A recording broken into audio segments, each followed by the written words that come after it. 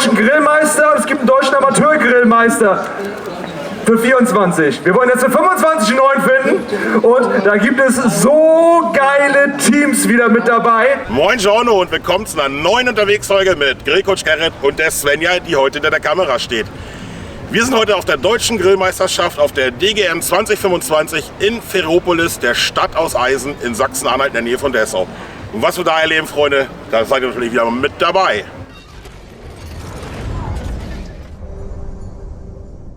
Die German Barbecue Association, die GBA, hat dieses Jahr Halt in der Stadt auf Eisen gemacht, hier auf diesem monumentalen Gelände.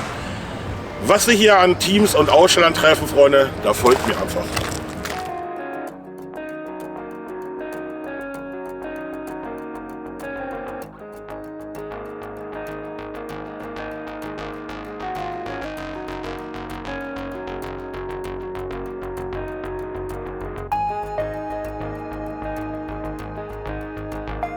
So, ich bin hier bei dem Team, die... Optimisten! Ja, sehr geil. Ich bin die Annika, auch bekannt hier als Ananas. Ja, das passt ja zu mir. Ja, ihr seid das erste Mal dabei, startet glaube ich bei den Amateuren, sagt ihr? Genau, wir sind das erste Mal dabei als Animateure. Ja, wir werden sehen, was kommt. Kurze Frage, ihr habt doch schon den geheimen Warenkorb bekommen, ne? Haben wir den? Ja.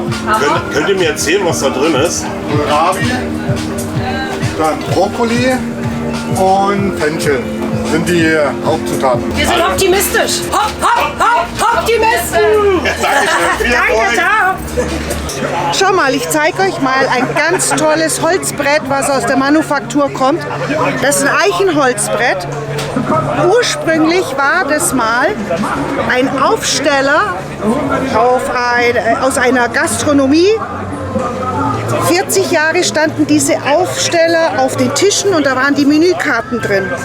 Das wäre alles weggeschmissen worden, verbrennt worden und der Frank Baumann macht aus Dingen, die schon mal in der Verwendung waren, Neues. In dem Fall ganz tolle Holzbretter. Langlebig, ganz toll. Alles Stirnholz, alles recyceltes Holz oder war schon mal in der Verwendung. Deswegen Holzschneidebretter mit Geschichte. Und dann guckt euch das Brett an, Freunde. Was für Maße hat das? Das ist 1 Meter auf 50. 1 Meter mal 70. Also ich würde sagen, da liegt es noch bestimmt 1000 Euro für, ne? Nein, nur 885. Okay, Kommt vorbei, alles bei Frank Baumann, Holzatelier aus Karlsruhe. Dankeschön. Moin Gerrit. Und schmeckt? Super, lecker.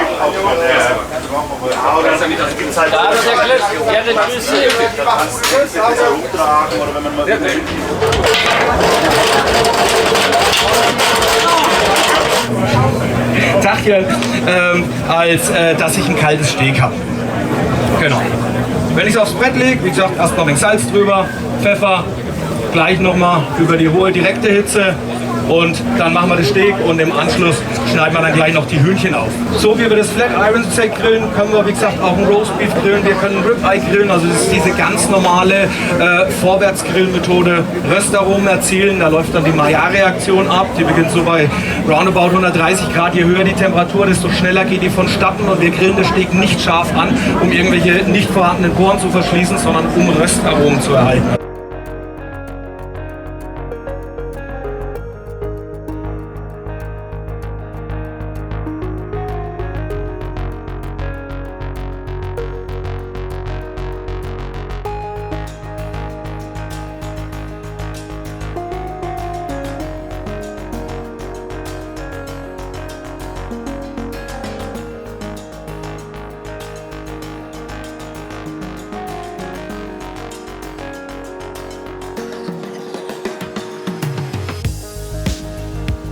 Zwei der wichtigsten Protagonisten natürlich für eine Grillmeisterschaft. 2 Kollegen der Jury. Du bist der? Michael. Und du bist der? Lars. Bei der DGM dieses Jahr machen wir wieder beides. Also es gibt Juroren, die bei den Teams essen, also auch dann entsprechend das Essen präsentiert kriegen auf dem richtigen Teller. Und die allermeisten machen es doppelt blind im Jurorenzelt in dem großen, damit das einfach auch neutral ist. Was ist deiner Meinung nach der schönere Job dabei, im Zelt oder jetzt bei den Teams vor Ja, Ort? definitiv im Zelt. Ne? Die Atmosphäre, die Teams kennenzulernen, ein bisschen persönlichen Kontakt, das macht natürlich super Laune. Ja, man kann drüber reden, man redet zwar nicht über die Wertung, aber über die Teams selber, die haben natürlich auch ordentlich Engagement, man kriegt also einiges mit auch von den Teams. Das macht dann schon viel Spaß. Was ist euer Lieblingsgang heute? Boah, es ist alles gut. Ja. Also es ist grundsätzlich alles gut. Meistens ist vegetarisch tatsächlich sehr spannend. Also weil es halt einfach raussticht. Ne? Also wir grillen ja auch alle selber natürlich und da kommt meistens Fleisch bei mir auf den Grill und dann ist vegetarisch häufig das Kreativste. Also wenn ich mich freuen dürfte, dann morgen aufs Barbecue-Frühstück. Ja, das finde ich auch sehr interessant. Ja, da bin ich Finde auch gespannt, bei- was wir da sehen werden. Ja. Morgen gibt's Brisket. Es ist natürlich der Barbecue-Klassiker. Also das Absolut. machen wir hier in Deutschland auch nicht ganz so oft. Ne, übrigens, wenn ihr mal ein Brisket sehen wollt, blendet euch mal hier oben eins ein. Dieses Jahr sind 7 Gänge insgesamt. Das ist ja neu. Die letzten Jahre waren es ja immer nur 6. Kennt ihr da den Hintergrund oder warum? Nee. Also das ist natürlich noch eine schwierigere Aufgabe für euch. Ihr müsst ja noch mehr essen. Wie schafft man das eigentlich? Das geht. Alles Training. Habt ihr eine Ahnung, wie viel verschiedene Gänge man probiert an so einem Tag oder an 2 Tagen? Pi mal Daumen rechne ich heute. Heute haben wir 3, würde ich sagen, wahrscheinlich so um die 10. 10 Boxen. Das geht ja eigentlich noch. Ne? Ja, genau. Ja, wenn du dich zurückhalten kannst, so sie nicht alle aufisst. Ja, wenn die Teams zu gut sind, wird's anstrengend. Ja. Ja, vielen Dank. Ich wünsche euch ein gutes Händchen auf eine gute Grillmeisterschaft. Ja, auf gute Danke. Boxen. Dankeschön. Tschüss. Tschüss. Da vorne seht ihr die von der Götterspeise, vom Barbecue-Team Götterspeise. Guck mal darüber, das sind die mit dem Wikingerschiff. Sieht das geil aus oder sieht das geil aus? Das war ganz im Ernst. Und davon darfst du dich jetzt als Juror nicht beeinflussen lassen. Haha. Die müssten bewerten nach absolut krassen Kriterien. Und deshalb vereinigen wir die, damit es fair zugeht. Damit wir nach objektiven Maßstäben einen neuen deutschen Grillmeister und einen neuen deutschen Amateur-Grill- und Barbecue-Meister heute hier finden. Ich gelobe, meine Wertung fair und objektiv abzugeben. Persönliche Sympathie oder Antipathie nicht in die Wertung einfließen zu lassen. Und mit dem Respekt und der Hochachtung für die hervorragenden Leistungen aller Wettbewerbsteilnehmer zu garantieren. Der Beste möge gewinnen. Vielen Dank. Ja, ein Steak zu grillen, sagt man immer, ja gut, das ist ja so eine Paradedisziplin auf dem Grill. Es ist aber tatsächlich auch nicht ganz einfach. Also wirklich den genauen Gabel zu treffen. Der letzte Teller, bitteschön. Für die beiden Nachzügler, ich sag's nochmal, also es war ein geheimer Warenkorb aus Kohlrabi und Fenchel, die wir mit einfließen lassen mussten und wir haben Kohlrabi-Gnocchis draus gemacht. Es ist ein bisschen Fenchel oben drauf und die Soße ist eine Tomaten-Fenchel-Weißweinsoße. Sehr gut. Danke. Ich bin ja ganz unparteiisch. Volle Punktzahl, würde ich jetzt einfach mal sagen. Okay. Eine neutrale Komponente. Bei mir muss der Mund zubleiben. Ich darf nichts sagen. So, der Gerrit filmt. Die letzten beiden Steaks sind da, Gerrit. Du hast gerade eine ganze Menge an Fleisch verpasst, glaube ich. Ja, leider. Wie immer. Ich bin mal zu spät. Ja. Nächstes Mal früher kommen.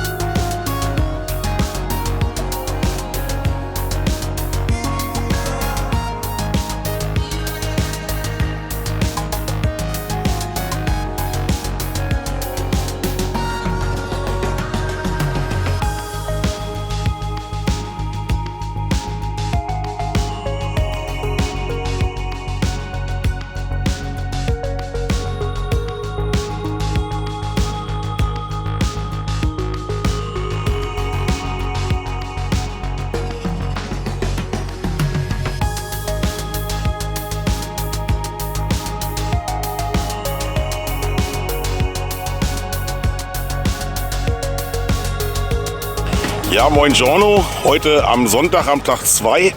Ja, gestern habe ich gar nicht so viel gefilmt. Wir haben hier uns super unterhalten, nette Leute kennengelernt und ein bisschen socialized, aber weniger Content gemacht. Also es war wirklich ein super Abend und ein super Tag. Heute versuche ich mal ein bisschen mehr von den Teams mitzunehmen und natürlich auch nachher mal gucken, wer jetzt den neuen Titel des deutschen Grill- und Barbecue-Weltmeisters holt. Das wird das Frühstück, ja. Sehr gut. Baked Beans? Ja, Genau. das ist vorgegeben. Heute sind 4 Gänge. Was gibt's noch? Es gibt einen Frühstücksgang, einen Fischgang, genau, Brisket und Dessert. Ihr seid bei den Profis dann dabei bei 4 Gängen, ne? Wie ist gestern so gelaufen? Das sehen wir heute Abend, ne? Ja. Am Ende des Tages werden die Toten gezählt, oder wie war das?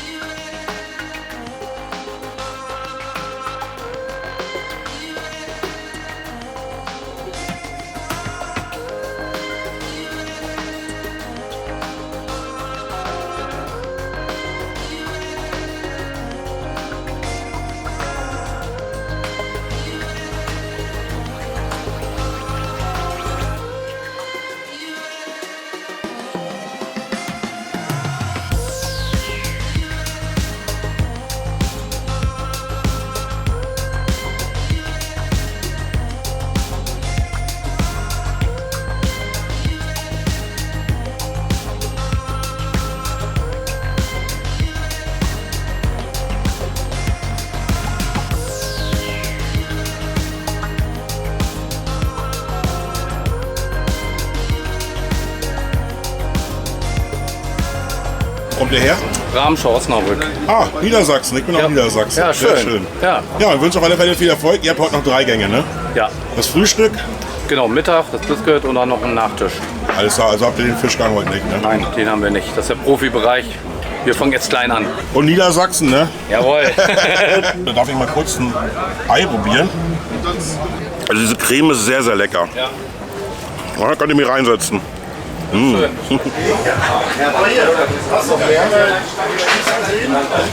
So, der Trend aktuell, der Lavaspieß, denke ich, ne? Ja, ist richtig. Wir machen ihn aber im Vitello Tonato und in St. Bocker-Style. Ah, okay. Von Best Münsterer Barbecue ist natürlich auch wieder dabei, ne? Ein wenig müde. Und für wen heute unterwegs oder gestern? Für Brolking. Wir machen nur für Brolking. Wir machen Charity-Events für bedürftige Obdachlose. Wir gehen raus, wir grillen für die Jungs, wir kochen für die Jungs und bereiten den schönen Tag.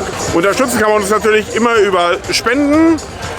Infos dazu auf unserer Webseite unter www.street-barbecue.de, über Insta, Facebook, was auch immer. TikTok hätten wir auch noch im Angebot. In welcher Region seid ihr so unterwegs? Wir sind in der Region Hannover unterwegs und machen da halt Events in der Größenordnung 100 bis in der Spitze 2500 Leute. Helfende Hände brauchen wir immer. Ne, Manpower ist durch nichts zu ersetzen, weil die kann ich nicht kaufen, alles andere kann ich kaufen. Kommt vorbei, helft uns, es ist eine schöne Erfahrung. Unterstützt die Sache, wir haben es auch schon gemacht, ich persönlich auch, eine gute Sache und man kann auch mal gerne was zurückgeben. Ne? Ja, Dankeschön euch. Vielen Dank.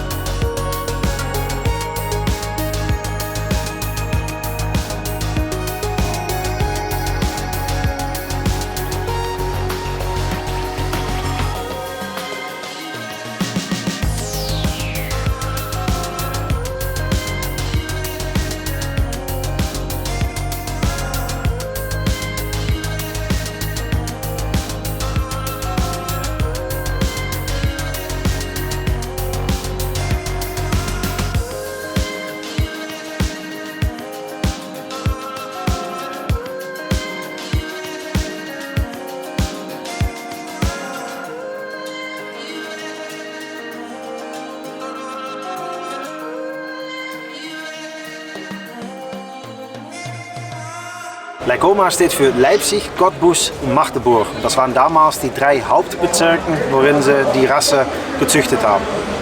Leikoma war die eigene DDR-Staatsrasse für die Schweine. Und was ist der Grund, dass du die jetzt züchtest? Weil, wenn keiner das isst, stirbt das aus. So nach dem Motto, iss mich, lieb mich, rette mich, können wir nur die Rasse behalten für die Kinder, unsere Kinder, wenn wir die auch tatsächlich heute essen. Wir führen jetzt noch so ungefähr 200 Sauen in Herdbuch und sind damit der letzte deutschlandweite Zuchtbetrieb. Die Leikoma war der reine Sauenzuchtlinie, die war da für die Ferkelproduktion. Und die Fleischqualität war in DDR-Zeiten gar nicht so bekannt eigentlich, das ist später erst gekommen. Und jetzt gibt die weniger Ferkel wie eine moderne Sau. Heutzutage sind wir hier in Deutschland bei ca. 35 Ferkel pro Sau im Jahr. Wir bleiben irgendwo bei 25 hängen. Aber die Tiere sind größer, weniger Verluste und wachsen danach genauso gut wie die Ferkel, die mit viel weniger Gewicht anfangen müssen. Wir machen eigentlich das, was normale konventionelle Schweinehaltung auch macht, außer dass die dann ab 30 Kilo in unsere eigene Mastanlage gehen. Da ist Strohhaltung, Auslauf. Aber das Prozedé für die Zucht ist das gleiche wie jeder konventionelle Zuchtbetrieb. Ja. Da das Schwein ja relativ viel Fett übrig hat für moderne Zwecke, haben wir auch Haarwachs draus machen lassen. Eine Seife, speziell für Griller mit fette Hände. Und wenn die Mutter dann so viel geputzt hat, dass sie raue Hände hat im Winter, gibt es auch noch Handcreme, damit dann die Risse in den Händen wieder zugeschmiert werden können. Ja, einen Webshop gibt's. Im Hochsommer verschicken machen wir nicht allzu gerne, weil das doch kostenintensiv bleibt mit Einfrieren und Gewicht und so. Aber so in der kälteren Jahreszeit kann man auch mal gut verschicken. Und sonst zu unserem Hofladen kommen, in Gimritz mit 10 Löwen. Und da wird wöchentlich eigentlich frisch geschlachtet und gibt es kontinu frisches Fleisch. Hardcore regional, sagen wir. Und wenn man dann etwas weiter ins Gespräch kommt, dann sagen wir auch manchmal, dass wir soweit alles in Eigenregie haben, dass wir von Sperma bis Salami, sprich der Zuchteber, bis Salami an der Endkunde verkaufen. Das Einzige, was wir noch nicht selber machen, ist die Schlachtung. Und die Fleischer, wo wir mit zusammenarbeiten, die machen für uns die Wurst. Ich kann nur auf einer Hochzeit tanzen. Ich habe Ahnung vom Schwein, solange es 37 Grad hat, aber danach sind andere Fachleute dran. Und ihr sucht ja insoweit auch gutes Fleisch, aber was man hier spricht, ein Wagyu findet jeder, Iberico kennen alle, aber dass es hier für die Haustür Hardcore regional Qualitätsfleisch gibt, was sich locker mit Iberico vergleichen lässt, weiß keiner. Hier gibt es Käsekuchen und Kirschkuchen in trinkbarer Form. Und zwar bei wem? Bei mir, Laumers Käsekuchen. Wo sonst? Naja, ist für alle die, die es nicht gebacken kriegen. Ne? Wenn du nicht backen kannst, ist der Käsekuchen in der Flasche natürlich die beste Lösung überhaupt. Ja? Und das ist halt auch der Gimmick. Ne? Wenn du auf eine Party gehst und sagst, du bringst einen Käsekuchen mit und dann stellst du eine Flasche auf den Tisch, dann bist du Chef im Ring. Magst du gerne? Ja, gerne. Ja, los. Du auch? Ja, natürlich. Okay, dann machen wir mal 2 schicke Käsekuchen für euch. Und dann mal sehen, was er sagt. Ja, dann ist wahrscheinlich vorbei mit dem Backen. Ja, auf die Kinder ist das nicht gegangen. Und wenn sie es ist ein süßer Likör, mild, 12% Volumen, also ist jetzt nicht stark, der haut dich nicht von Socken, aber Alkohol ist natürlich drin, ne? Für Kinder jetzt eher kontraproduktiv. So, Zitrone, brauner Zucker oben drauf und los geht's. Einmal und zweimal. Erst beißen, dann trinken. Ja, dann opfer ich mich mal für euch, ne? Hat ein bisschen was wie Tequila im ersten Moment.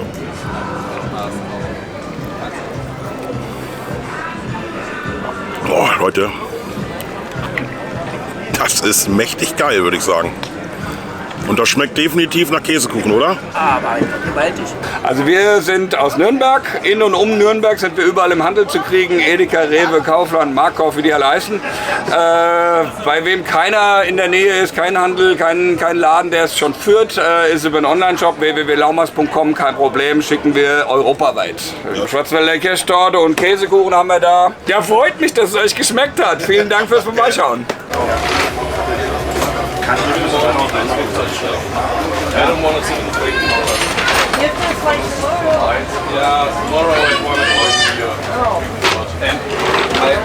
Also erstmal fand ich, dass die Location eine tolle Location ist für Barbecue.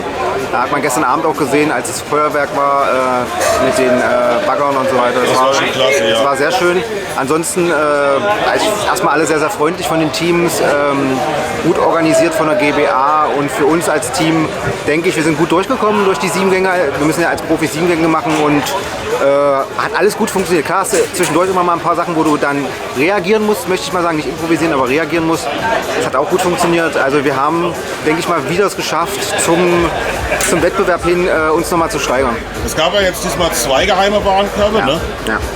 War das nochmal eine andere Anspannung, weil die konnte man ja nicht trainieren, ne? Absolut, absolut. Ich meine, du kannst ja nicht mal Beilagen dazu richtig trainieren. Auch das Zusammenspiel zwischen Beilage und den geheimen Komponenten kannst du nicht trainieren.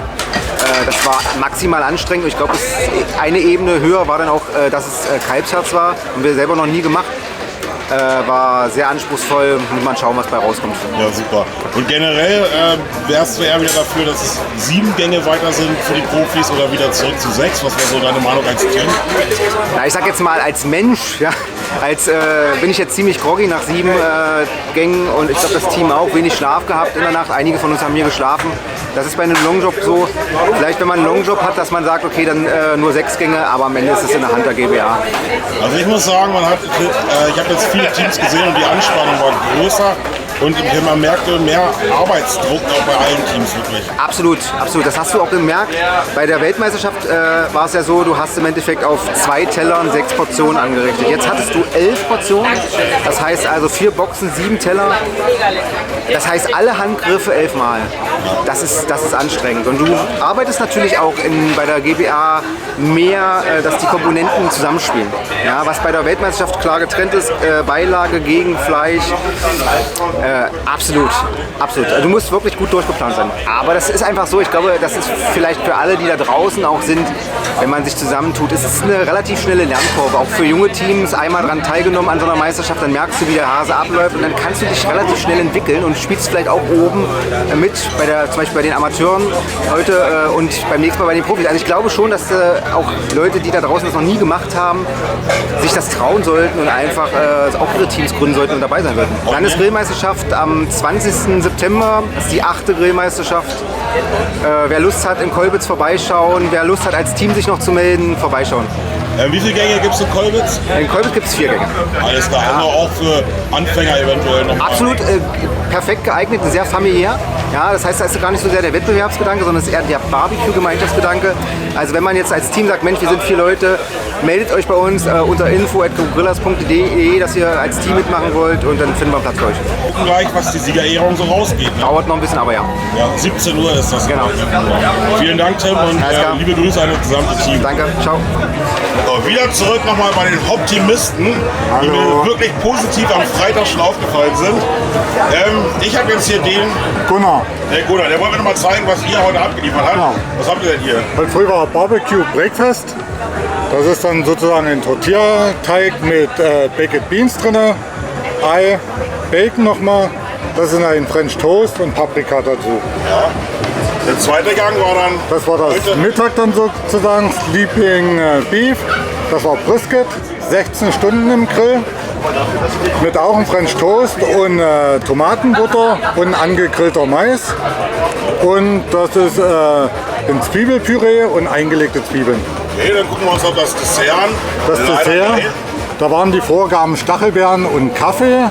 Ja, und wir haben halt so ein kleines Törtchen gemacht mit einer Creme mit Stachelbeeren und oben ist dann der Kaffeegeschmack mit dabei. Wir kannten das vorher als Zuschauer, jetzt als Team Bombe wie immer.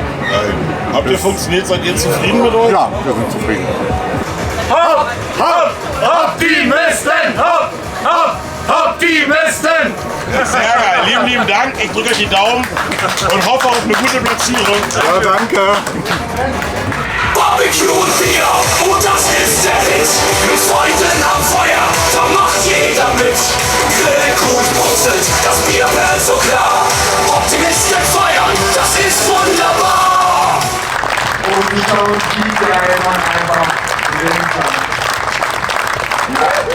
Aber hier, genau, das ist wirklich der Brauch, das muss das tun.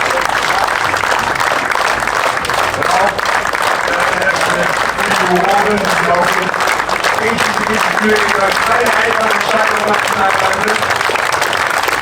überhaupt keine einfache Entscheidung machen. Ganz flüssig und hoch ist das Ganze in Salz zu führen.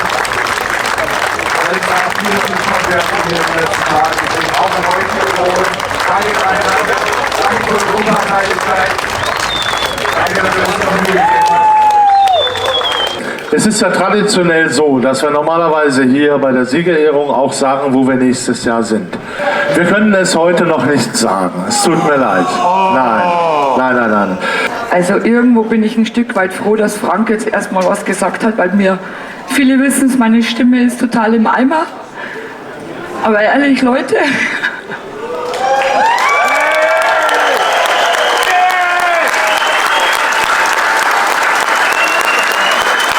ihr da draußen, ihr macht dieses Event zu dem, was es ist.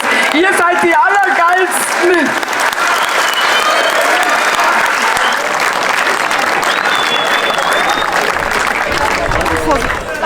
Und dann möchte ich, dass unsere neuen Amateur-Grillmeister auf die Bühne kommen. Das Team, der Steakrocker Barbecue.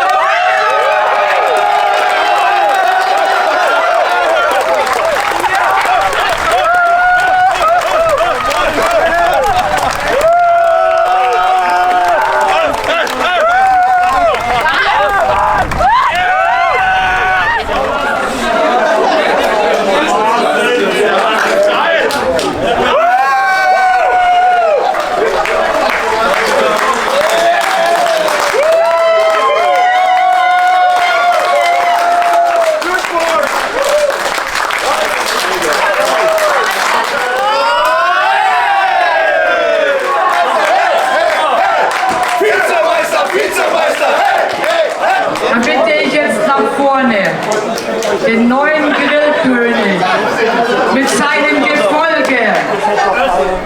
Ralf mit seinem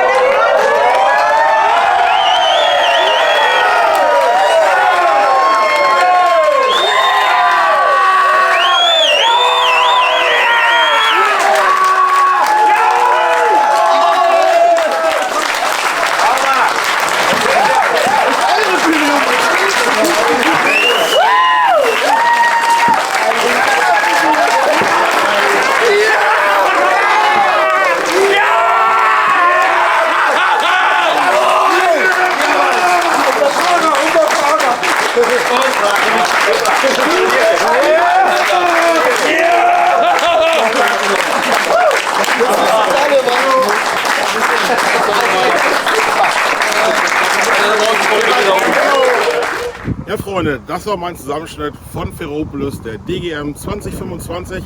Ich hoffe, euch hat es gefallen. Kleines Fazit von mir. Ich muss sagen, das Gelände mega geil. Die Hotels sind ein bisschen weit weg, aber hey Leute, das Gelände kann was und gibt dem Ganzen eine Chance. Ich fand es hier richtig gut. Ich hoffe, dass es ein Erfolg für die GBA war. Ich bedanke mich auch nochmal bei der GBA für die Tickets, die ich zum Beispiel verlosen konnte. Ich bedanke mich bei Frank und Angelika besonders natürlich.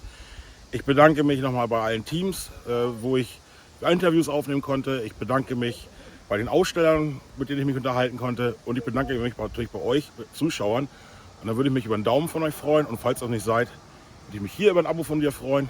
Und auf der Seite blende ich dir 2 weitere Videos ein, wenn das jetzt noch passt, weil es eng ist. Und dann sehen wir uns nächste Woche Mittwoch. Und das heißt, Mittwoch ist Grillcoach Gerrit Zeit. Und jetzt fahre ich mit der Svenja, bei der ich mich natürlich auch bedanke. Ab nach Hause. Ciao.